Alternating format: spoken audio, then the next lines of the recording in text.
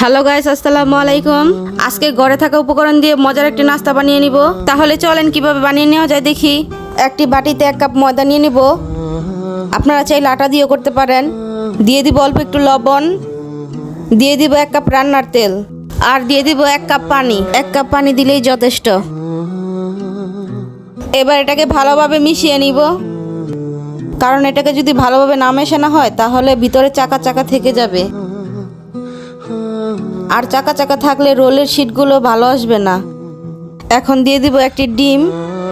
ডিম না দিলে রোলের শীট হবেই না। এবার ডিমটাকে ময়দার পেস্টের সাথে মিশিয়ে নিব। মেশানো হয়ে গেলে এই ফেটানোর যন্ত্রটা দিয়ে ভালোভাবে ফেটে নিব। আপনারা চাইলে এটাকে ব্লেন্ডারের ব্লেন্ডও করতে পারেন।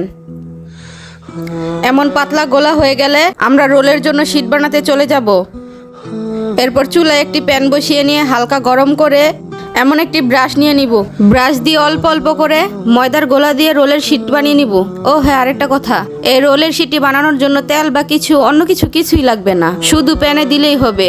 অনেকে বলে দেখায় যে আপনারা একটু তেল দিয়ে দিবেন, না, তেল না দিলেই হবে। এবার আপনাদের শীটটিকে তুলে দেখাচ্ছি কেমন হয়েছে। দেখুন কেমন পাতলা শীট তৈরি করে নিলাম। এভাবে আমি সবগুলো শীট তৈরি করে নিব। রোলের শীটগুলো বানানোর জন্য ননস্টিক প্যানই লাগবে, আর না হলে আপনারা অন্য তাওয়াতে এটা করতে পারবেন না। এখানে আমি হাড় ছাড়া 200 গ্রাম মুরগির মাংস নিয়ে নিয়েছি। দিয়ে দিব 1 চামচ আদা বাটা, গুঁড়া মরিচ, জিরার গুঁড়া, পরিমাণ মতো লবণ। সয়া সসে লবণ থাকে, তাই লবণের পরিমাণ কমিয়ে দিব। এরপর দিয়ে দিব 2 চামচ সয়া সস। এবার মাংসগুলোকে ভালোভাবে ম্যারিনেট করে নিব।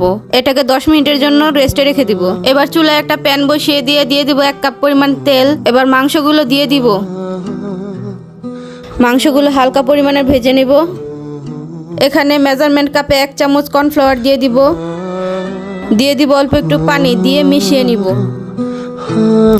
মেশানো হয়ে গেলে ভাজা মাংসে দিয়ে দেব 2 কাপ পরিমাণ পেঁয়াজ, 4-5টা কাঁচামরিচ কুচি। এবার এটাকে ভালোভাবে নেড়েচেড়ে মিশিয়ে নিয়ে দিয়ে দিব গুলিয়ে রাখা কর্নফ্লাওয়ার। এবার এটাকে 5 মিনিট নেড়েচেড়ে নামিয়ে নিব। একটা বাটি নিয়ে ভেঙে নিব একটি ডিম। ডিমটাকে ভালোভাবে ফেটে নিব। ফেটে একদম পানি পানি করে ফেলবো। এরপর একটা বাটিতে অল্প একটু ময়দা নিয়ে দিয়ে দিব পানি দিয়ে একটি পেস্ট তৈরি করে নিব। পেস্টটা আঠালো ভাবে করে নিতে হবে। এবার একটা রোলের শীট নিয়ে চিকেনের পুরগুলো দিয়ে দিব। পুরটাকে ভেতরে দিয়ে এবার একটি ভাঁজ দিয়ে নিব। এবার ময়দা দিয়ে বানানো পেস্টটিকে সাইড দিয়ে দিব। পেস্টটিকে সব দিক দিয়ে নিতে হবে।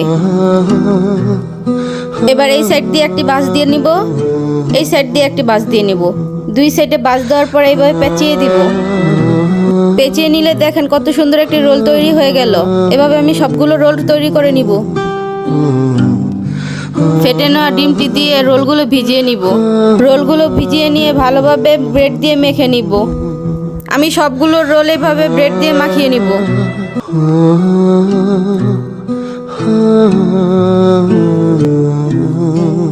এবার চুলায় একটি প্যান বসিয়ে দিয়ে তেল দিয়ে দিব। তেল হালকা গরম হয়ে আসলে একটা একটা করে রোল ছেড়ে দিব। চুলার তাপটি মাঝামাঝি হিটে রাখতে হবে। এবার রোলগুলো লাল লাল করে ভেজে নিয়ে তুলে নিব। এভাবে আমি সবগুলো রোল ভেজে নিব। ভাজা হয়ে গেলে তুলে নিয়ে আপনাদের পরিবেশন করে দেখাচ্ছি।